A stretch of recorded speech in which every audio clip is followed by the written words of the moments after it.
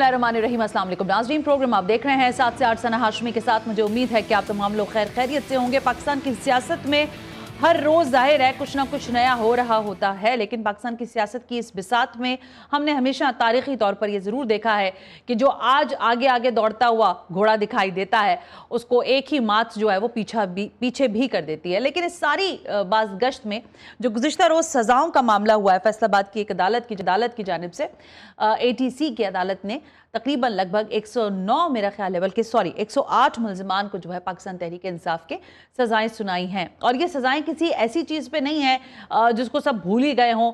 ये 9 मई वो वाक़या है, ये वो दिन था जब पूरे मुल्क के अंदर जहाँ जहाँ पाकिस्तान तहरीक इंसाफ के कारकुनान मौजूद थे, उन्होंने रियासत पाकिस्तान की अमलाक को नुकसान पहुँचाया। और इस नुकसान पहुंचाने के बाद अब ये क्लेम पाकिस्तान तहरीक इंसाफ का बहरहाल उस वक्त से ये सामने आ रहा है कि इसके ऊपर जुडिशल कमीशन जो है वो बनाया जाए। लेकिन इस सारी पादाश के अंदर रियासत ने भी अपनी एक प्ली ली है। फिर अवाम पाकिस्तान की जानिब से भी इस गम गुस्से का इजहार बहरहाल किया गया कि रियासत के सुतूनों को नुकसान पहुंचाना, रियासत की अमलाक को नुकसान पहुंचाना, दिफाई इदारों को नुकसान पहुंचाने का जो सिलसिला पाकिस्तान तहरीक इंसाफ ने शुरू किया उसको बहरहाल इन्हीं सजाओं पर ख़त्म होना था या होना चाहिए। लेकिन अब कुछ कानूनी पेचीदगियां हैं जिस पर सवालात हो रहे हैं।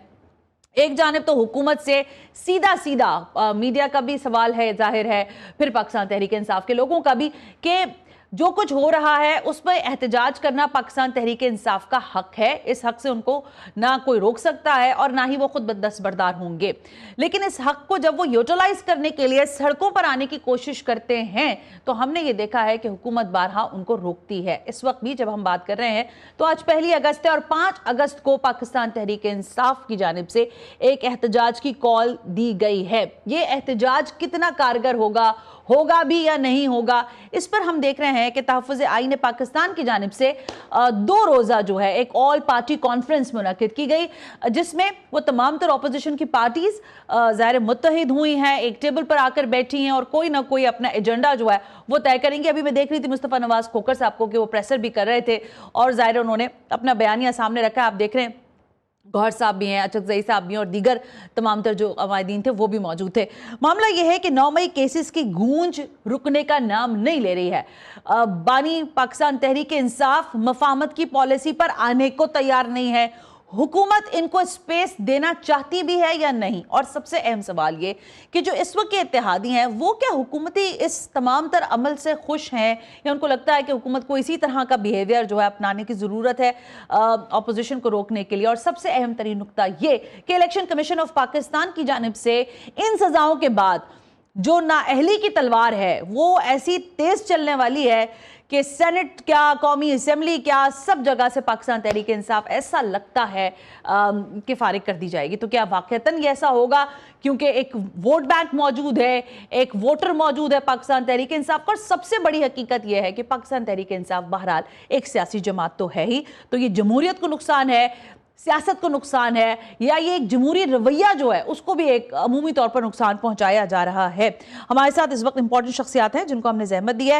हुमायूं अहमद मुझे ज्वाइन रहे हैं, आप सेनेटर हैं पाकिस्तान तहरीक इंसाफ के, और मुझे ज्वाइन करने जा रहे हैं कादिर मंदोखेल साहब, रहनुमा पाकिस्तान पीपल्स पार्टी के, इंपॉर्टेंट आदमी है, उनसे ज़रा राय तलब करेंगे। कामरान मुर्तज़ा साहब सेनेटर हैं JUIFA से, उनको भी वेलकम करते हैं। Thank you very much.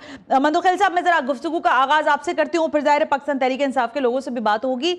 Mandokhel साहब, एज इत्तेहादी आप समझते हैं कि हुकूमत जिस तरह से इस वक्त पाकिस्तान तहरीक इंसाफ को कंटेन कर रही है, ये बिहेवियर और बहसियत इत्तेहादी आप उनका उसमें साथ देते हैं जिसमें उनको एहतजाज का हक हासिल नहीं है, और फिर जो सजाओं का एक सिलसिला शुरू हुआ है पाकिस्तान तहरीक इंसाफ का, आपको क्या लगता है कि हुकूमत वाक़तन क्या इस सब के बाद कोई एज हासिल करेगी या उसका सेटबैक पड़ेगा हुकूमत और उसके इत्तेहादियों को? कादिर मंदोखेल। मेरे ख्याल में टॉक शो के हद तक तो जरूर सेटबैक पहुंचेगा, क्योंकि तहरीक इंसाफ के पास टॉक शो में गुफ्तगू करने के अलावा कुछ नहीं है। अच्छा। ना उनके पास क़यादत है, ना उनके पास कोई वो एबिलिटी है, ना उनके पास वो वर्कर है कि वो एहतजाज। आपको याद होगा कि रमज़ान से पहले उन्होंने ऐलान किया था कि बकरीद के बाद ग्रांड अपोजिशन होगा मौलाना फजल अहमद साहब की सरबराही में, और फिर वो तहरीक शुरू करेंगे। वो मौलाना साहब के साथ क्या किया है वो तो कामरान मुर्तज़ा साहब खुद बताएंगे। जब हुकूमत से मुज़ाकरा थे तो मौलाना साहब को एक तरफ छोड़ के और वो खुद ही भागे भागे गए और वहां वन पॉइंट एजेंडा रखा कि खान को रिहा कर दो, बाकी मुल्क से उसे कोई लाना देना नहीं था। ठीक है। उसके बाद जाके अल्लाह अल्लाह करके 6 महीने बाद जब आलिमा बीबी ने तहरीक का ऐलान किया है, जिसका पीक टाइम यानी तहरीक का ऐलान तो हो चुका था, पीक टाइम यानी 3 दिन बाद 5 अगस्त को था। उस पीक टाइम को सबोताज करने के लिए खुद न जाने किसका आदमी है गंडापुर, उन्होंने जाके जब एक मिर्जा अफरीदी साहब ने एक पिकनिक की दावत दी थी उनको वहां पे खाने पे फार्म हाउस पे, और वहां जब ये गए 800 लोग मौजूद थे जो खाने पे मौजूद थे, मीडिया को देख के उन्होंने वहां तहरीक का ऐलान कर दिया और तहरीक का ऐलान 3 महीने का कर दिया। उसके बगल में बैठे हुए पार्टी के सेक्रेटरी जनरल अकरम राजा साहब वो सर झुकाए बैठे हुए थे और जब तनकीद हुई मीडिया की तरफ से तो 3 दिन बाद राजा अकरम ने कहा कि नहीं जी उसकी जाती बयान है, ये उसका वो नहीं है। तो उसके बाद भी आप देख रहे हैं कि कभी जाके फलाना जो ना उसका वो करेंगे। पेशावर का एक नया ग्रुप सामने आ गया पहले जो ग्रुपों के अलावा, उसके बाद शाह महमूद कुरैशी साहब से जब उसकी मुकदमात खत्म होना शुरू कर देंगे तो शक की नजर देखते हुए उन्होंने फौरन कहा कि बजाय ये क्यादत करे खान साहब करेंगे। फिर जब तनकीद हुआ कि खान साहब कैसे करेंगे, वो तो जेल में सजा याफ्ता बैठे हुए, फिर कहते हैं नहीं जी खान साहब के बच्चे करेंगे, फिर खान साहब के बच्चे करेंगे। फिर पता चला खान साहब के बच्चे तो बरतानिया के नेशनल है, वो यहाँ आएंगे तो विजिट वीजा पे आएंगे और विजिट वीजा पे आने वाले यहाँ से पाकिस्तान से बरतानिया जाने वाला वो एहतजाज का हक तो नहीं है उनके पास, तो फिर वो भी जाके जमायमा का बयान आपके सामने आ गया सूरत हाल। तो सूरत हाल ये फिर आपने देखा ये 12 साल में इन सारी जदोजहद का एक ही मतलब निकला। आपने 12 साल हुकूमत की, आपने कोई तवज्जो नहीं किए अमन अमान के ऊपर, आपने बेरोजगारी के ऊपर, आपने तरक्याती कामों के ऊपर, आपने सूबे के अवाम की फलाह बहबूद के लिए। जब सेनेट की बारी आ गई है तो इन्हीं को जो गालियां देते थे चाहे मौलाना साहब थे या पीपल्स पार्टी या नून लीग थे, उनके घुटने अब पड़ गए और उनके साथ मुंह को मुका कर दिए क्योंकि आपकी तितर इधर उधर भाग रहे थे। अदमातमात के तहरीक की धमकी सुन के आप फौरन घुटने पड़ गए। तो मैं आपको बता दूं, मुझे एक बात बताओ, कौन सी तहरीक चलाएंगे, कौन सी मुल्क में चलाएंगे, कौन सरबराही करेंगे, क्या होगा, ये सारी सुना। कादिर मंजूखैल साहब आपका आर्गुमेंट ठीक है, लेकिन मेरा सवाल जरा मुनफरिद था। मैंने ये पूछा क्या आपको लगता है आप कन्विक्शन जो हो रही हैं अभी तक पाकिस्तान तहरीक इंसाफ की, जाहिर है सजाएं मिल रही हैं, आप बहैसियत इत्तेहादी जो इस हुकूमत के इत्तेहादी हैं, मेन इत्तेहादी हैं, आप समझते हैं कि ऑपोजिशन के साथ इस वक्त बहैसियत इत्तेहादी और या हुकूमत के आपका रवैया टुवर्ड्स ऑपोजिशन दुरुस्त है और ये इसी के मुस्तहिक है? मैं ये पूछना चाह रही हूँ और इसका आपको फायदा होगा मुस्तकबिल में। आपने मुझे रोका, मैं उसी जवाब की तरफ आ रहा था। आप मुझे बता दो कि ये चीफ जस्टिस शहबाज शरीफ बैठा हुआ है या मरियम बीबी जो है ना वो सेशन जज भी एटीसी की, ये तो अदलिया दे रहे हैं। इसका हुकूमत से क्या लेना देना, इसका इत्यादियों से क्या लेना देना। कामरा मुर्जा साहब आपकी शो में गालबन है तो उनसे पूछे जी ये जज किसके है, अगर वो भी कहते हैं कि ये हुकूमत के लोग हैं ये सारे के सारे जज, तो फिर मुझे एक बात बता दो कि जब पीटीआई वाले या मुख्तलिफ लोग ये कहते हैं हम अदलिया से रिजू करेंगे इन सजाओं के खिलाफ, तो बाबा कौन सा अदलिया से करेंगे जिसको आप गालियां देते हैं, जिनको ना जाना किस नाम से पुकारते हैं। या अपील करने का हक जरूर है उनको, लेकिन सवाल ये है कि बिल्कुल मैं उसको अच्छी नजर से मैं बिल्कुल अच्छी नजर से नहीं देखता हूँ। ये बिल्कुल नाखुशगवार वाकया है सियासतदानों को सजा देने की, लेकिन ये भी मुझे बता दे कि 9 मई में जहां शोधा के यादगारों को जला के राख कर दिया है उसको मैं मोदी की नजर से देखूं, किसकी नजर से देखूं? कादिर मंजूखैल साहब आपका पॉइंट आ गया ना। मैं जरा हुमायूं मेमन से आपको भी शामिल गुफ्तगू करती हूँ, जरा उनसे भी गुफ्तगू करते हैं, फिर कामरा मुर्तजा साहब की तरफ भी जाएंगे, उनको भी कॉल ले लीजिए फौरन ही लिंक पर। अस्सलाम वालेकुम, बहुत बहुत शुक्रिया वक्त देने के लिए। मोहम्मद साहब जी, मोहम्मद साहब मैं ये जानना चाह रही थी कि ज़ाहिर है अभी तो गुफ्तगू यही हो रही है कि आपका एहतजाज फिर आपकी सजाएं, तो ज़रा सा सिंपल सा सवाल यह है कि 9 मई के ये जो सजा याफ्ता आपके मुल्जिमान हैं ये क्या रूपोश हैं अब, या फिर ज़ाहिर गिरफ्तारियों के लिए तैयार हैं, या आप समझते हैं कि ज़ाहिर है जो इलेक्शन कमीशन ऑफ पाकिस्तान की जानिब से ना अहली की तलवार है वो भी बस चलने को ही है, मेरा ख्याल है। क्या इसमें आपकी स्ट्रैटेजी है? क्या आपके तमाम तर लोग जो हैं वो इस वक्त रूपोश हो चुके हैं या अपने आप को गिरफ्तारियां देने के लिए इंतजार में है? क्योंकि 5 अगस्त का आपका बहरहाल एहतजाज भी है। बिस्मिल्लाहिर्रहमानिर्रहीम, इय्याका नाबुदु व इय्याका नस्तईन। देखिए, सबसे पहले एक चीज़ याद रखें, हर एक शायद लोगों को भूल जाता है।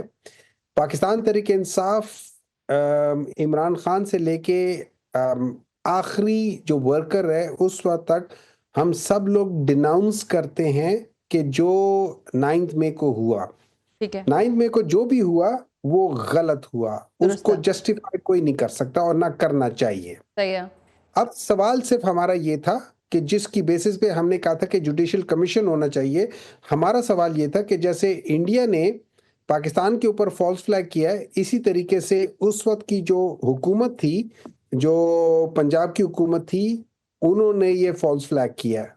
आपको पता है उस वक्त हर तरफ हमारी, किसी भी जगह पे हमारी हुकूमत नहीं थी, तो उस जगह पे ये हमारे खिलाफ उन हुकूमतों ने, और मेनली थे ये पीडीएम वाले थे, उन्होंने हमारे खिलाफ ये फॉल्स फ्लैग किया है। अच्छा। इस वजह से हमने कहा था कि हमें वो सीसीटीवी कवरेज, क्योंकि हसास इदारे थे, उन सबके सीसीटीवी होती है, तो वो चीजें हमें दिखाएं जो कि आज तक नहीं दिखाई गई। अब उसके बाद वो कहते हैं ना, उसके बाद आगे की बात मैं आपको थोड़ा सा बता देता हूं कि इसमें, अच्छा एक चीज आपने कहा कि क्या मोरल डाउन होता है, एक बात याद रखें, अगर आप मेरे साथ ज्यादती करेंगे, मेरा मोरल डाउन नहीं होगा, मैं उसके खिलाफ और ज्यादा मुतहम्मिल हो जाऊंगा, और मुतहर्रिक, ज्यादा मुतहम्मिल या मुतहर्रिक।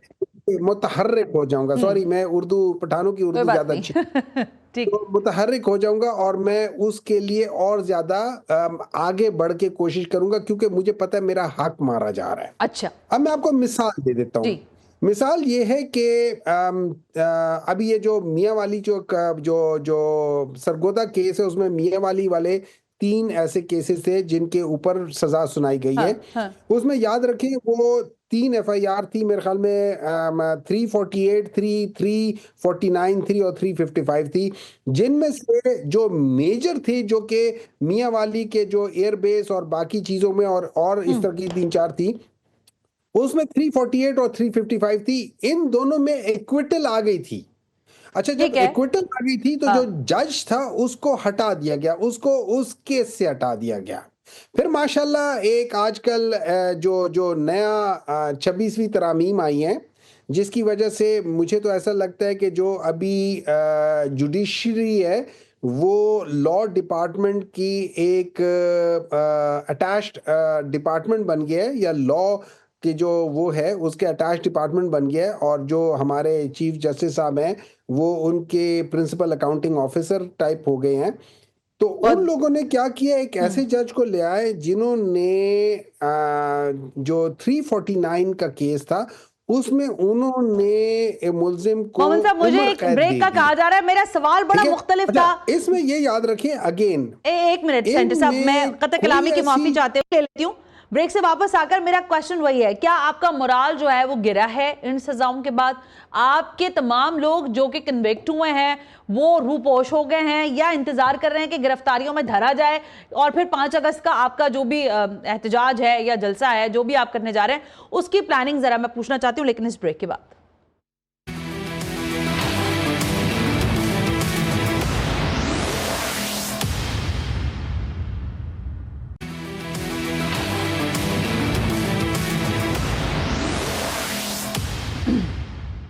वेलकम बैक नाजरीन, हम ब्रेक पर थे और ज़रा बात यही हो रही है कि पाकिस्तान तहरीक इंसाफ का सियासी मुस्तकबिल क्या है, क्योंकि जिस तेज़ी से 9 मई के हवाले से फैसले आ रहे हैं और सज़ाएं सुनाई जा रही हैं पाकिस्तान तहरीक इंसाफ के अरकान को, उसके बाद का सिनारियो शायद डिस्कस करना पॉलिटिकल पार्टीज़ के साथ ही बहुत ज़रूरी है। मुझे ज्वाइन कर रहे हैं कामरान मुर्तज़ा साहब, सेनेटर हैं JUI से। सर, आपको वेलकम करती हूँ। कामरान साहब, अभी ज़ाहिर है हम सेनेटर हुमायूं महमूद साहब से मज़ीद इस पर बात करेंगे, लेकिन आपके नुक्ता निगाह में ये 9 मई के जिस तेज़ी से फैसले आ रहे हैं और कन्विक्शंस हो रही हैं इसके अंदर, आपको क्या लगता है कि ये कितना बेहतर अमल है या ये कितना शफाफ अमल है जिससे पाकिस्तान तहरीक इंसाफ का मुस्तकबिल कहीं खतरे में नहीं पड़ रहा और सियासी अमल जो है वो भी अपना प्रोसेस जो है वो मुकम्मल करता हुआ आपको दिखाई दे रहा है? सेंटर साहब, ऐसा केसों के हवाले से दुरुस्त राय तो वो दे सकता है जिसने केसों को एग्जामिन किया हो, मगर ये जो फैसलों की हाजत इकट्ठी जो है, एक के बाद दूसरे की पैदा हो रही है, इससे लगता है कि बज़ाहिर जो है बाजू मरोड़ा जा रहा है। इस मुल्क में मसला ये है कि एक वक्त में पीपल्स पार्टी का बाजू मरोड़ा गया, वो इस हद तक मरोड़ा गया कि उनके जो है वो लोग शहादतें तक पा गए। इस तरह से नून का भी बाजू मरोड़ा गया, उस तरह से अब पीटीआई का भी बाजू मरोड़ा जा रहा है। हमारा अपना जो है हमारी अपनी शहादतें हैं, हमारे पे टारगेट किलिंग वाला मामला है, हमें जो ना प्रॉपरली जो है इलेक्शन में वर्क नहीं करने दिया गया। तो ये सारा कुछ जो है ना ये माहौल बनाया जाता है और उसमें दूसरी पार्टियां, जो सबसे बड़ी बुरी बात ये है कि दूसरी सियासी पार्टियां जो है वो शरीक कार बन जाती हैं। तो जब आपके अपने भाई, अपने साथी, अपने दोस्त जो जमहूरियत का नाम लेते हैं वो शरीक कार होते हैं, तो ये जो है वो गैर मुनासिब हरकत है जो हम में से हर एक पे बारी बारी किसी न किसी तरह का इल्जाम लग सकता है या लगाया जा सकता है और उसमें कुछ हकीकत भी हो सकती है।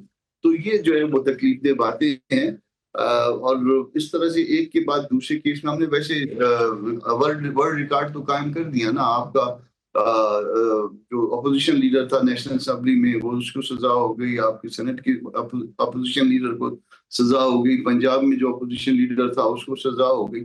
अच्छा, जो लोग बचे हैं वो बज़ाहिर जो बचे हैं वो लगता है कि वो उनकी इस्लाम दुआ कहीं और है। तो ये पीटीआई माने या ना माने, मगर ये बज़ाहिर जो है ना वो इस तरह की मामला साहब बहुत अच्छी बात की आपने। मैं यही सवाल कादिर मंदोखेल साहब से कर रही थी कि क्या इत्तेहादियों के ऊपर इन फैसलों का बार पड़ रहा है या नहीं पड़ा, और आपने बहुत अच्छा नरेट किया कि वो शिराकतदारी जो कायम हो जाती है उसमें डेंट फिर सियासत को ही पड़ता है और सियासी जमातों को ही पड़ता है। लेकिन कामरान मुर्तज़ा साहब, इसमें एक कानूनी नुक्ता है और जाहिर है आप कादिर मंदोखेल भी, आप भी, सेनेटर हुमायूं मोहम्मद भी कानून बेहतर तरीके से हमें समझा सकेंगे। ये जो सजाएं हो रही हैं कामरान मुर्तज़ा साहब, इसके बाद इलेक्शन कमीशन की जानिब से जो फुर्तियां हैं, जिसको मैं ये समझती हूँ जो नाअहली की फुर्तियां हैं, इसको क्या कहता है, इस पे कानून क्या कहता है कि जैसे सजा हो रही है उसके बाद नाअहलियां हो जाएंगी या उसमें अपीलों का वक्त होगा? जी, एकदम तो आपको सजा के अगले दिन जो तो डीसी नहीं कर सकते ना जी। सजा के बाद जो है कुछ गिरफ्तारियां हो गई होंगी, कुछ गिरफ्तारियां रहती होंगी। अभी तक तो वैसे फैसला भी मार्केट में शायद नहीं आया। हुमायूं साहब को पता होगा, कम से कम मेरे सामने नहीं आया कि मैं उस पर तबसरा कर सकता या उसको पढ़ सकता तबसरा करने के लिए। तो उसमें इस तरह से इमीडिएटली जो है ना आप उनको जो है डीसीट नहीं करते। अच्छा, क्योंकि वजह उसकी ये है कि आप इमीडिएटली डीसीट कर देंगे, शेड्यूल दे देंगे। हाँ। मैंने इलेक्शन लड़ लिया, मैं इलेक्ट हो गया, उसके बाद ये सजा गलत साबित हुई तो उसका क्या होगा, उसको सीट कहां से मिलेगी? ये तो थर्ड पार्टी। लेकिन ये मलिक बुचर साहब वाले, कामरान मुर्तज़ा साहब, ये मलिक बुचर वाले वाकये में तो इसका बिल्कुल ही डिफरेंट हुआ। उसकी तो अनाउंसमेंट डेट भी हो गई, सीट भी खाली हो गई, इलेक्शन का भी हो गया मामला, वो अलग है आप समझते हैं? दुरुस्त नहीं हुआ, गलत हुआ है। उसमें बुचर साहब वाला मामला जो है ना वो फिर ये होगा, शेड्यूल फर्ज करें अनाउंस हो जाता है, मैं एक पॉलिटिकल पार्टी हूँ, मैं जाहिर है मेरा हक है कि मैं इलेक्शन लड़ूं, मैं वहां पे स्टेप इन हो जाता हूँ, ये फर्ज कर लेते हैं कि मैं इलेक्ट भी हो जाता हूँ, तो क्या फिर मैं बुचर साहब के लिए, और कल फर्ज कर लेते हैं कि बुचर साहब इक्विट हो जाएंगे तो मैं बुचर साहब के लिए सीट खाली करूंगा? सवाल ही नहीं पैदा होता। मैं एक इलेक्शन से एक प्रोसेस से आया हूँ, तो ये सब कुछ रुक जाना चाहिए। तो इसमें जो किरदार है कामरान मुर्तज़ा साहब, कादिर मंदोखेल से जरा मैं पूछूं, सिकंदर सुल्तान राजा साहब का जो किरदार है, कादिर मंदोखेल साहब, ये फुर्तियां जो हैं, क्या आपको लगता है कि ये इलेक्शन कमीशन के गले में पड़ जाएंगी? क्योंकि एक पाकिस्तान के मुस्तनद सहाफी का आर्टिकल जब मैंने पढ़ा है, हामिद मीर साहब का, मेरा ख्याल है गुज़िश्ता रोज के आर्टिकल है, उसमें उन्होंने कहा कि वो किसी बड़ी सीट की मुतमन्नी है। कादिर मंदोखेल साहब, ये इदारे कानून की पासदारी, उसकी अमलदारी को यकीनी बनाने के लिए है या अपने लिए कोई बेहतर पोजीशंस होल्ड करने के लिए तैयार किए हैं हमने, या शख्सियात? Can't hear to Qadir sahab, मुझे आवाज नहीं आ रही आपकी, sorry, not getting you. Qadir Mandokhel sahab की आवाज का मामला जरा दुरुस्त करें। आपका माइक तो म्यूट नहीं है कादिर मंदोखेल साहब, जरा एक देख लीजिएगा। अजान हो रही थी, अब आ रही है? जी जी, अब आ रही है आवाज, प्लीज कंटिन्यू कीजिए। ये राजा सिकंदर सुल्तान जो है ना, ये इमरान खान का दिया हुआ तोहफा है और आपने संभाल के रखा हुआ है। इमरान खान साहब संभाल के रखा है, नंबर एक बात। दूसरी बात ये कि राजा सिकंदर सुल्तान के बारे में मैं ये कहूंगा, वो कहते हैं ना, शाह से ज्यादा शाह के वफादार। यानी इधर नाइल हुआ ही नहीं है, उधर जाके नोटिफिकेशन रेडी। मेरे इलेक्शन में जो हुआ, मैंने सारे सबूत पेश कर दिए इनकी अपनी पेज पे सबके, आज तक फैसला नहीं हुआ। जो मुखबर खास मुस्तफ़ा कमाल को मेरी जगह पे बिठाया गया और 2 महीने पहले मुझे इतला दी गई है फैसल वाडा साहब ने, सबने, कि आपको नहीं मिलेगी इस सीट में। तो बार बार कहता हूँ, फैसल वाडा साहब तरदीद कर सकते हैं मेरी बात का। सवाल ये है कि कामरान मुर्तज़ा साहब ने सही कहा, बहसत कानून के हमारे रहनुमा है, वकला रहनुमा। अब आप मुझे एक बात बता दें कि एक सजा अगर हो जाती है तो उस सजा का तो अपील भी होता है।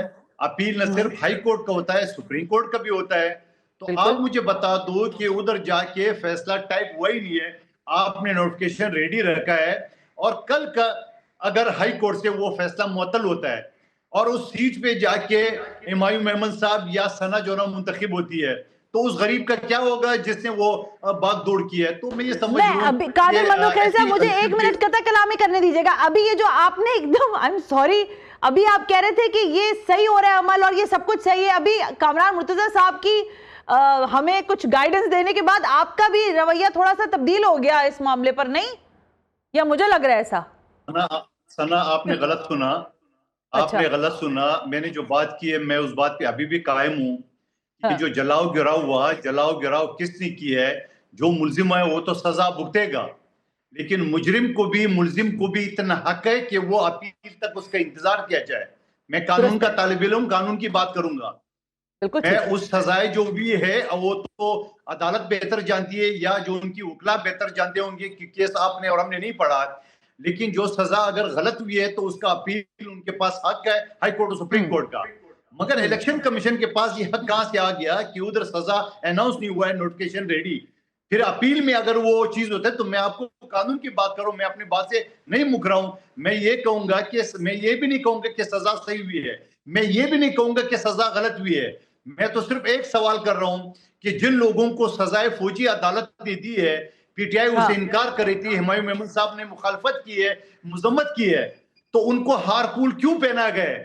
और ये जो लोग अभी सजा हुए हैं, ये इससे जाके पीटीआई ने लातालुकी के इख्तियार किए कि नहीं किया, और इन लोगों को टिकट क्यों दिया गया, इन लोगों को मुंतखब क्यों कराया गया? सवाल अच्छा कादिर मंदोखेल साहब, मैं दोबारा जरा सेनेटर हुमायूं मोहम्मद से मैं वो सवाल दोबारा दोहरा लेती हूँ। मोहम्मद साहब, कतई कलामी आपकी हुई थी और फिर जाहिर है कामरान मुर्तजा साहब ने मुझे ज्वाइन किया, लेकिन मैं वही सवाल आपसे तकरार से कर रही हूँ। जो फैसला आपके खिलाफ अदालतों की जानिब से या अदालत की जानिब से आया है, इस फैसले के बाद आपकी स्ट्रैटेजी 5 अगस्त वाला जो आपका एहतजाज है उस पर क्या है, और आपके लोग रूपोश है इस वक्त या अपनी गिरफ्तारियों के लिए तैयार है? क्योंकि ये 2 अहम मामला हैं और इसी के बीच में कहीं उनकी नाअहली की तलवार भी है। मैं आपको बता दूं, पेशावर हाई कोर्ट ने तो ऑलरेडी उन्होंने वो दे दिया अपील के ऊपर, जो चित्राली साहब है उनके ऊपर कह दिया कि जब तक जो हायर कोर्ट से और द हाईएस्ट कोर्ट से जब तक इसकी जजमेंट फाइनलिटी नहीं आ जाती, इसके ऊपर नहीं हो सकता। और ये मुझे तो समझ ये नहीं आती कि who is election commission to decide कि किसको हमने डिस्क्वालीफाई करना है, किसको नहीं करना। ये तो इलेक्शन कमीशन का तो ये काम ही नहीं है। ये तो लेकिन इसमें अच्छा ठीक है, मैं दोबारा आपकी तरफ हुमायूं मेमन साहब आती हूँ, लेकिन कामरान मुर्तजा साहब ये जो बात कर रहे हैं अभी सेंटर हुमायूं मोहम्मद साहब, अब आप शायद मेरा ख्याल है हमारा टॉपिक का वो चेंज हो जाए मौजू, लेकिन फिर इलेक्शन कमीशन ऑफ पाकिस्तान का रोल डिस्कस नहीं होना चाहिए? जाहिर है सजाएं तो हो रही हैं और सजाओं पर इम्प्लीमेंटेशन भी होगा, हाई कोर्ट भी जाएगा, सुप्रीम कोर्ट भी जाएगा, इस सब में इलेक्शन कमीशन इतनी फुर्तियां क्यों दिखा रहे हैं सर? ये तो इलेक्शन कमीशन से पूछा जाना चाहिए इसमें ऐसा है कि इलेक्शन कमीशन बावजूद इसके एक दस्तूरी इदारा है, उससे ये पूछा जाना चाहिए। पार्लियामान में, इवन पार्लियामान में सवाल कर दिया जाए, पार्लियामान में किसी कमेटी में ये मामला ले आया जाए, उनसे ये पूछा जाए कि क्या ये आज तक की प्रैक्टिस यही है, और क्या जो है ट्रायल कोर्ट का फैसला जो है वो क्या फाइनल हुआ करता है कि उसके ऊपर जो है वो किसी को डिसीड कर दे। इसको पार्लियामान क्यों के सुप्रीम में, तो उसमें मामला ले आएगा। तो में फिर एक और सवाल पैदा हो जाता है, वो कहते हैं कि हम भी जो है दस्तूरी इदारा है, वो कहते हैं हम भी दस्तूरी इदारा है, 2 की अदालतें भी पूछ सकती हैं। मगर इसको मेरा ख्याल है इसके लिए प्रॉपर जगह जो है, एक नया रवाज जो है वो क्रिएट करना चाहिए कि जहां पे भी जो है वो इस तरह के गैर दस्तूरी अमाल होते हैं उनको पार्लियामान की मुतल्लिका कमेटियों में ले आना चाहिए। और उसका एक तरीका और भी है, मैं काउंसलिंग कर देता हूँ मोहम्मद साहब की, इसमें खत लिख दें, किसी रेलेवेंट कमेटी को खत लिख दें, इस बात को एग्जामिन लेकिन करें। कामरान मुर्तजा साहब देखिए, मैं तो बहुत तिफले मतलब मकतब हूँ, आप लोग हमें सिखाते हैं, समझाते हैं, हम आपसे सीखते हैं। अगर ये सब इतना ही अच्छे तरीके से होना था तो नौबत यहाँ पहुंचती नहीं ना। अगर पार्लियामान को इज्जत दी जाती, पार्लियामानी कमेटियों को इज्जत दी जाती, एक दूसरे से रवाबित रखे जाते, बातचीत, एक दूसरे की शक्ल देखने को यहाँ लोग तैयार नहीं है कामरान मुर्तजा साहब, बात करने को तैयार नहीं है, तो फिर ये कमेटियां, फिर ये खत और किताबत कहाँ की रह जाती है? असल मामला तो ये भी है ना कामरान साहब, नहीं? असल मामला ये भी है कि हम एक दूसरे को बर्दाश्त करने के लिए तैयार नहीं है। असल मामला ये भी है कि हर पार्टी जो है वो इससे पहले जिसको भी मौका मिला वो भी उसकी भी कामरान साहब कतई कलामी के साथ हुमायूं मोहम्मद साहब, कामरान मुर्तजा साहब ने अपनी गुफ्तगू में ये कहा है कि हर जमाने में किसी एक पार्टी का बाजू मड़ोड़ा गया, पीपल्स पार्टी की बारी भी आई है, पीएमएलएन की भी बारी इसमें लगी है, मैं कराची की भी जमात का नाम ले लूं, उनकी भी बारी लगी, उनका तो तोड़ मोड़ के उनको एक साइड पर डाला हुआ है। अब मामला यह है कि 5 अगस्त का आपका धरना है, इस सबके बीच में आपको लगता है कि क्या 5 अगस्त का धरना जो है आपका या आपका एहतजाज जो है इसकी डेट में तब्दीली आएगी? क्योंकि 108 लोगों की कन्विक्शन होने के बाद शायद जमीनी मामलात आपके लिए कुछ और भी हो सकते हैं। हुमायूं मोहम्मद, देखिए, सबसे पहले ये याद रखें, जो भी मियां साहब का केस था वो 2016 से स्टार्ट हुआ था, 2018 में डिसाइड हुआ था। ठीक है, ठीक है। उसके बाद और उसमें से सुप्रीम कोर्ट के जब डिसीजन आ गया था उसके बाद नाअहली और सारी चीजें हो गई। ठीक है। जब तक हाईएस्ट ना हो जाए उस वक्त तक नहीं होती, और ये इससे बगैर हो नहीं सकता। ठीक है। अब आ जाते हैं दूसरी बात पे, क्या पाकिस्तान तहरीक इंसाफ 5 अगस्त को, to the best of my knowledge, the 5 August stage as such. जब तक पाकिस्तान तहरीक इंसाफ उसके ऊपर कोई डिलिबरेट नहीं कर लेती विद, देखिए, जब ग्राउंड रियलिटीज में चेंजेस आती है तो आपके प्लान्स भी बदल सकते हैं, उसके प्लान्स के अंदर भी चेंजेस आ सकती है, उसमें कोई ऐसी बात नहीं है। But as of today, to the best of my knowledge, एक मिनट हुमायूं साहब, तो ये एहतिजाज जरा मुझे थोड़ा सा बताएं हमारे देखने वालों के लिए, ये एहतिजाज अपने अपने इलाके, गली मोहल्लों में होगा या सिर्फ इस्लामाबाद की टेरिटरी वो होगा या लाहौर के किसी एक इलाके में होगा? ये किस तरह से आप गैदर कर रहे हैं लोगों को, क्या है इसकी स्ट्रैटेजी, क्या है हुमायूं साहब? देखिए, मेरे जो पीसफुल डेमोन्स्ट्रेशंस होती है ना, मेरे ख्याल में उसमें ये कहा हुआ था कि अराउंड 5 या 10% ऑफ द पॉपुलेशन जब निकल आती है, ये हार्वर्ड की एक स्टडी है कि अगर इतनी पॉपुलेशन निकल आती है बाहर तो फिर जो इंतजामिया होती है वो उसको बर्दाश्त नहीं कर सकती। अब मुझे वो फिगर पूरी तरह याद नहीं है, लेकिन I let you know that figure as well. ठीक है। ऑलराइट। अब मेरे लिहाज से अगर आप देखा जाए तो हम लोग पूरी तरीके से मुतहर्रिक है और हम लोग इस चीज को आगे लेकर जाएंगे और देखेंगे कि मतलब एंड में होता क्या है, इसका आउटकम क्या होता है। मैं 2-3 चीजें आपसे जरा तेजी से पूछना, ये जो गवर्नमेंट कर रही है। ऑलराइट, लेकिन मैं हुमायूं साहब, मैं ये जानना चाह रही थी, देखिए अभी मैंने आपके लिबास की तरफ मेरी नजर पड़ी तो उस पे आपने बैच भी लगाया हुआ है पाकिस्तान का, फिर आपने कैदी नंबर 804 भी लिखा हुआ है, लेकिन इस सबसे बढ़कर अभी हम बात कर रहे थे पार्लिमानी कमेटियों की, और कामरान मुर्तजा साहब कह रहे थे कि वहां बात करना जरूरी है, रास्ता भी दिखा रहे हैं आपको, लेकिन ये मज़ाहमत की पॉलिसी जो है ये ही आपने इख्तियार कर रखनी है या फिर मफाहमत की तरफ आना है? क्योंकि आपका, आई एम सॉरी, आपकी जमात का ऐसा लगता है कि बंद गली में वो दाखिल भी हो गई है और आगे से गली में खुद ही बंद कर ली है। देखिए, अच्छा, मेरे जो अंडरस्टैंडिंग है, हम लोगों ने रियासत के साथ कोई टकराव नहीं है, हमारे रियासत के साथ कोई टकराव है ही नहीं। इमरान खान के अपने अल्फाज हैं, जिसको आप बानी के रेफरेंस से कर रही थी, उनका नाम इमरान खान है। आप लोग शायद डरते हैं नाम लेते हुए, लेकिन उनका नाम इमरान खान है। जो तरीका है उसकी बानी तो सभी के होते हैं, हर जमात के। आर्मी भी मेरी और ये मुल्क भी मेरा। ठीक है। और अच्छा, जब आप एक बात याद रखें, मफाहमत के बाज़ वजूहात होती हैं।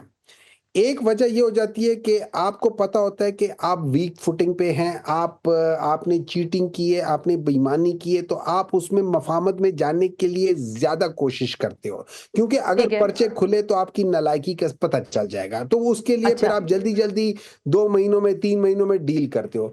अगर आप मेरिट पर हो, आपको पता है कि मेरा पेपर जो था सही था, मैंने एक-एक सवाल किया, आपने उसके लिए मेहनत की है, आप नॉर्मली फिर जो है ना, आप मफामत से ज़्यादा अच्छा।